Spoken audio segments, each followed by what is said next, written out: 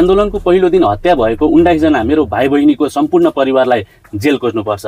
तिनीहरू नै देशद्रोही हुन् र यो देशको सबै जेन्जीहरूलाई जेल खोज्नुपर्छ, किनकि तिनीहरू नै गद्दार हुन्, भ्रष्टाचारी हुन्। को बहुला आयो भनेर सोच्दै हुनुहुन्छ भने हो, म बहुला नै आएको हुँ, किनकि यो देश बहुलिएको छ। यो राष्ट्र जसका लागि हाम्रा भाइ बहिनीहरूले रगत बगाए त्यो आज पुनः भ्रष्टाचारी र हत्याराको अधीनमा पुगेको छ। जसलाई जेलमा हुनुपर्ने थियो त्यो आज संसद भवनमा हेरेर हाँस्दै बसेको छ। जसले देश बेच्यो, जनता मार्यो, अदालत, सिंहदरबार, अख्तियार जलायो, त्यो अझै पनि मञ्चमा भाषण दिइरहेको छ। भिडियोमा अघि बढ्नु अघि केपी ओलीको यो भनाइ सुनौ। कुनै हिसाबले केपी ओलीलाई गिरफ्तार गर्ने र थुन्ने केपी ओलीले कहिल्यै जिन्दगीमा काम गरेन।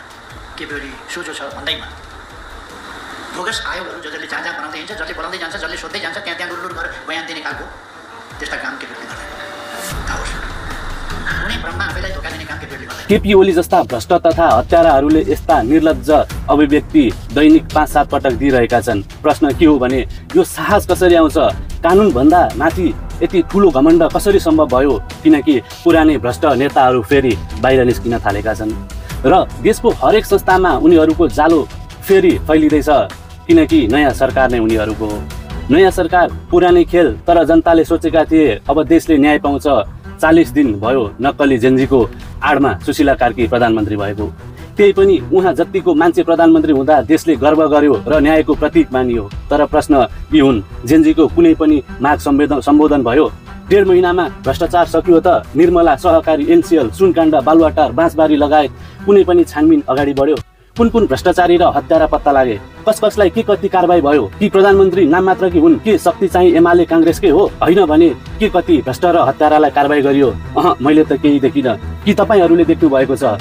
5 दिनमा भ्रष्टाचार सक्ने अठोट बोकेको सरकारले 40 दिन बित्दा पनि हिसाब किताब सुन्ने, पुरा भने सुशासनको गर्ने काम कारबाही चाहिँ हामीलाई उल्लु बनाउने, समय लम्ब्याउने, निर्वाचन गराउने वा बिना निर्वाचन पुरानै देशद्रोहीहरूलाई सरकार सुम्पिने खेल यही होइन त? होइन भने किन होइन? हामीले विश्वास गर्ने आधार के हो? यो नै हो जनताको अपमान, यो नै हो हाम्रो बलिदान माथिको घृणित खेल। जसले 5 दिनमा भ्रष्टाचार सक्छु भनिन् उनी 40 दिनसम्म पनि एउटा मुद्दामा बोलिन। बरु रवि लामिछानेमाथि आरोप लगाउँदैछिन्। जो प्रधानमन्त्री हुनु अघि बिचरा रवि निर्दोष छ, यो 2/3 सरकारको प्रतिशोध साधेको हो भन्दै इन्टरभ्यू दिँदै हिँड्नुहुन्थ्यो। आज प्रधानमन्त्री भएपछि त्यही रवि उनको लागि तगारो बनेको छ। त्यही रवि उनको लागि भ्रष्टाचारी भयो र केपी शेरे प्रचण्ड र उनका आसेपासे सबै देशभक्त रहेछन्। सत्य के हो भने देशको न्याय र जनताको आवाजका लागि अहिले पनि एकमात्र निडर लडाकु छन्, त्यो हुन् रवि लामिछाने। उनले सदनदेखि सडकसम्म एक्लै बोले। जनताबाट निर्वाचित राष्ट्र प्रमुख हुनुपर्छ, भ्रष्टाचार सिद्ध्याउनुपर्छ र फटाफट भ्रष्ट र हत्याराहरूको सबै फाइल खोल्ने पनि उनी एक्लै थिए। तर त्यसको परिणाम त सबैले देखिहाल्नु भएको छ।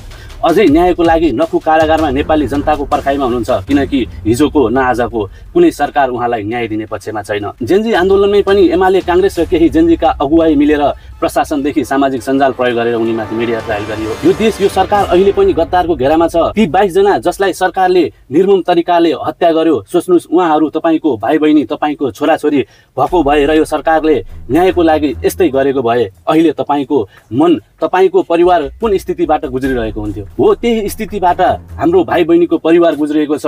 अब देशको निम्ति शहीद हुनुभएको भाइ बहिनी, उहाँहरूको परिवार र यो देशको न्यायका लागि हामी आवाज नउठाउने, हामी न्याय नमाग्ने, हत्यारा र भ्रष्टाचारीलाई त्यसै छोडिदिने?